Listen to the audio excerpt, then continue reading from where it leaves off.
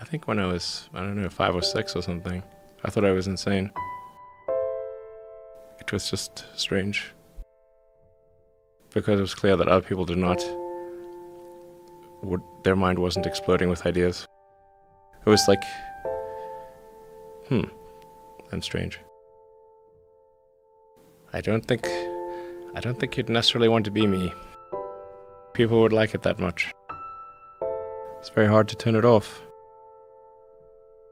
It's like a never-ending explosion. All the time.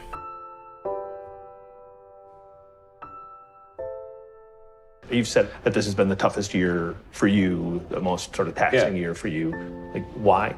Well, I mean, Tesla really faced a severe threat of death due to the Model 3 production ramp. Essentially, the company was bleeding money like crazy, and just if we didn't solve these problems in a very short period of time, we would die. And it was extremely difficult to solve them. How close to death did you come? Within single-digit weeks.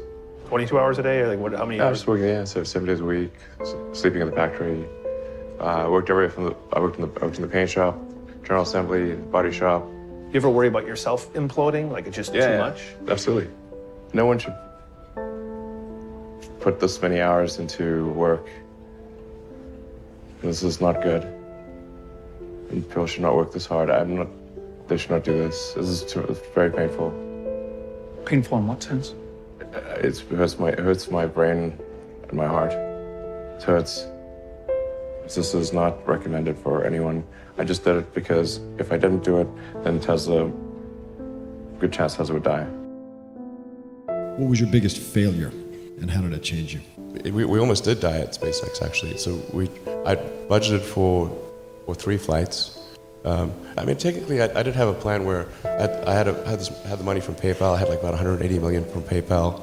And I thought, I'll allocate half of that to SpaceX and Tesla and Solar City, and that should be fine. I'll have 90 million, like just lots, But then what happened is things cost more and took longer than I thought. So I had a choice of either put the rest of the money in or the companies are going to die.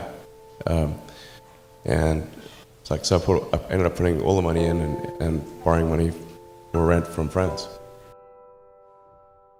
When we started Tesla, I thought maybe our chance of success was 10%. That's not a lot, considering you invested a lot of money in the company. Well, I mean, I can tell you my original plan was, I thought, okay, I had like $180 million from my portion of the sale of PayPal.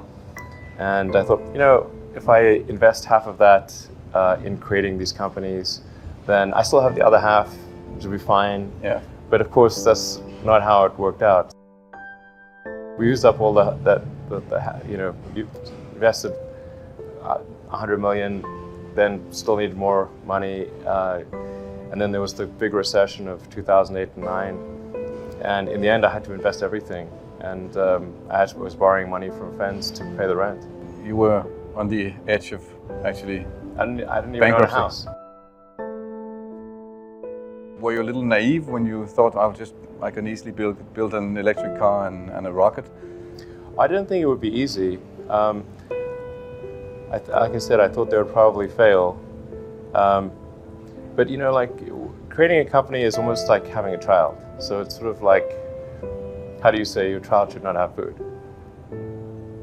So once you have the company, you have to feed it and nurse it and take care of it, even if it ruins you. Yeah.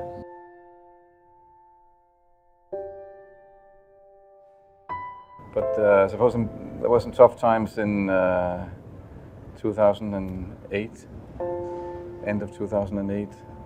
How did you get through that period of crisis? Yeah. Can we just break for a second? Sure, of course. You want to wait a little while? Yeah, I sure hope it was worth it. Sure hope so. Pardon me? Sure hope it was worth it. If you have an advice to the young people globally who want to be like Elon Musk, what's your advice to them? I think that probably they shouldn't want to be. You? I think it sounds better than it is. Yeah, it's not as much fun being me as you'd think. There's definitely, it could be worse for sure, but it's, I'm not sure I'm not sure I want to be me. Depending upon how well you want to do, and particularly if you're starting a company, you need to work super hard.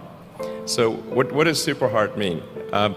Well, when my brother and I were starting our first company, instead of getting an apartment, we just rented a small office and we slept on the couch.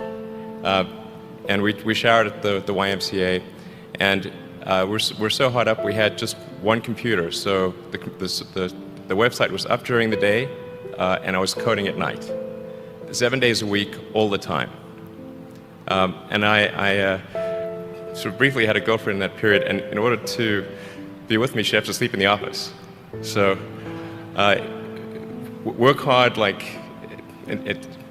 every waking hour. That's the thing I would say if you, particularly if you're starting a company. Just work like hell. I mean, you just have to put in, 80 to 100 hour weeks every week. And That's then a lot of work. all those things improve the odds of success. If other people are putting in 40-hour work weeks and you're putting in 100-hour work weeks, then even if you're doing the same thing, you know that in 1 year you will achieve what they achieve. You will achieve in 4 months what it takes them a year to achieve. Trying to build a company and have it succeed is like eating glass and staring into the abyss. What tends to happen is it's sort of quite exciting for the first several months of starting a company, and then reality sets in. Things don't go as well as planned.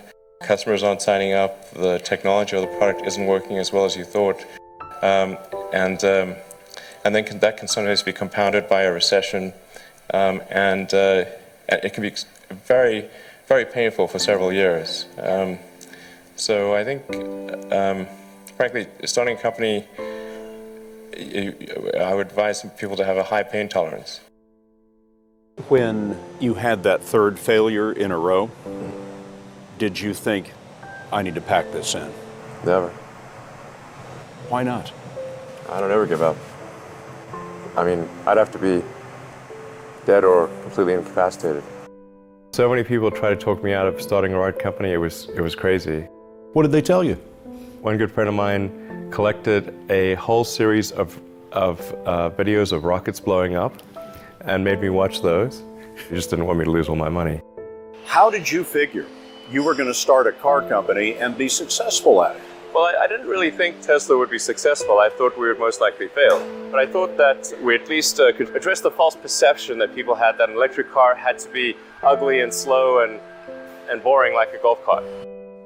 But you say you didn't expect the company to be successful, then why try? If something's important enough, you should try, even if the probable outcome is failure.